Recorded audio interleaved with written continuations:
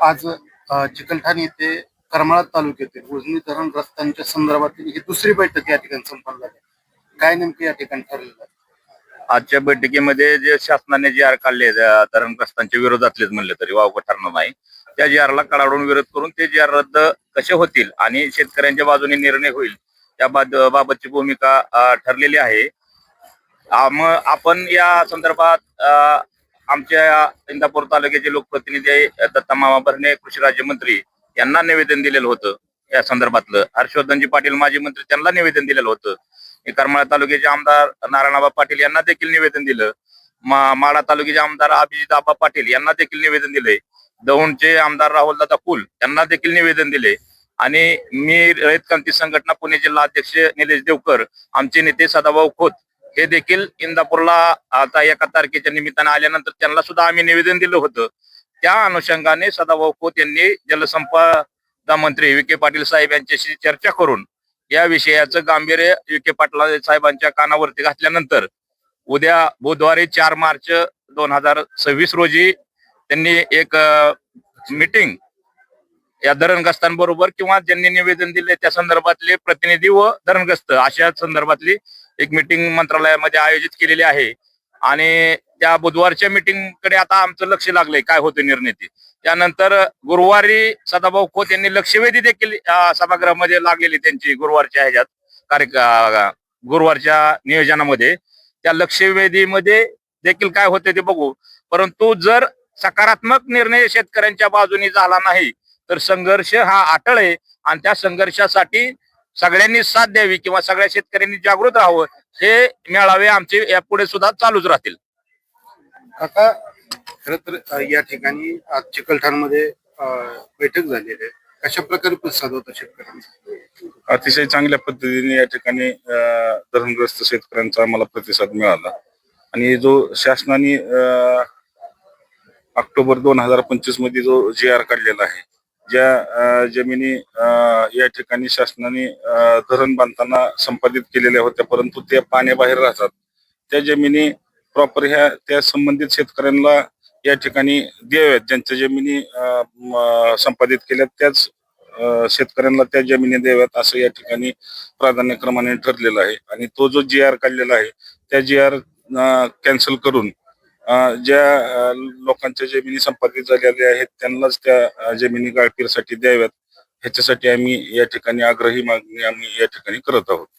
कशा प्रकारे या ठिकाणी लोकांचा प्रतिसाद किंवा जनजागृतीच्या माध्यमातून त्यांच्यापर्यंत आपण पोहोचणार? कारण या निर्णयाचा फटका नुसत्या गाळपीरवाल्या संबंधित शेतकऱ्यांना नाही तर तो सर्व शेतकऱ्यांना आहे. कारण प्रत्येक शेतकऱ्याची पाईपलाईन ही त्या संबंधित गाळपीर जमिनीतून आहे. त्याचबरोबर मच्छीमारांचा जी व्यवसाय असेल तो पण पूर्णतः या ठिकाणी बंद होणार आहे. त्यामुळं या पूर्ण लढ्यात म्हणजे असं नुसतं गाळपीरवालेच शेतकरी त्याच्यात सामील आहेत अशातला विषय नाही. प्रत्येक हा शेतकरी आणि प्रत्येक मच्छीमार आणि शेतकऱ्यावर डिपेंड असणारा रोजंदारी करणारा शेतमजूर सुद्धा या लढ्यात सक्रिय आहे. खाजगीकरणाच्या उद्देशाने किंवा येथील जे बाहेरचे जे लोक असतील त्यांना या ठिकाणी बोलवून त्यांच्या माध्यमातून येथील विकास करण्याचा हा घाट घातला जातोय, परंतु शेतकरीच विकासापासून दूर जातोय. कसं आहे माहिती का, विकास हा म्हणता येत नाही. कारण हा प्रायव्हेट कंपनीला आपण शासन जमिनी द्यायचा प्रयत्न करतोय.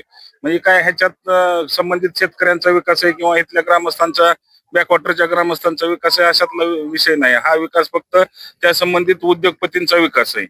ह्याच्यात अधोगती खरी इथल्या ग्रामस्थांची इथल्या संबंधित शेतकऱ्यांची.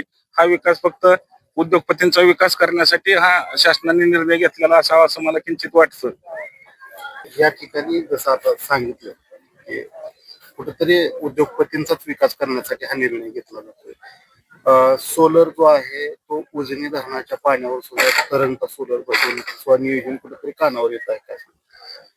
सोलर संबंधीचा निर्णय अतिशय चुकीचा निर्णय असून त्या संबंधामध्ये सर्व जवळजवळ हजारो मच्छीमार लोकांना त्याच्यावर अन्याय होणार आहे.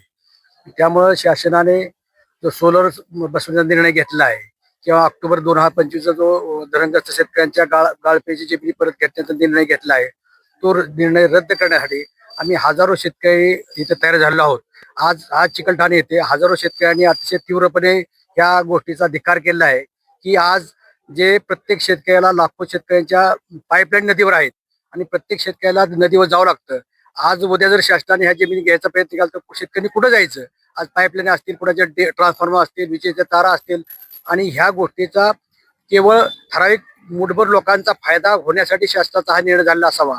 परंतु हा निर्णय अतिशय चुकीचा असून हजारो आम्ही ज्यांच्या जमिनी जरी पाण्यात नाही गेल्या फक्त धरणग्रस्त आहेत असे लोक जवळजवळ तालुक्यातले 27 लोक ठामपणे आणि तालुक्यातले सर्वसामान्य जनता या निर्णयाला कठोर विरोध करणार असून वेळ प्रसंगी आम्ही तालुक्यातील सर्व शेतकरी कुंभे फेटाळ आदरणीय बंडकर सरांच्या नेतृत्वाखाली, शिंदे साहेबांच्या नेतृत्वाखाली हजारो लोकांचा मेळावा घेऊन त्या संबंधित मंत्र्यांना आदरणीय मुख्यमंत्री फडणवीस साहेब असतील, शिंदे साहेब असतील, मंत्री पवार साहेब असतील यांना निवेदन दिलं असून आमच्या ज्या व्यथित मागण्या आहेत, कथित मागण्या आहेत त्यांना सादर करून हा निर्णय मागे घेण्यासाठी भाग पाडू.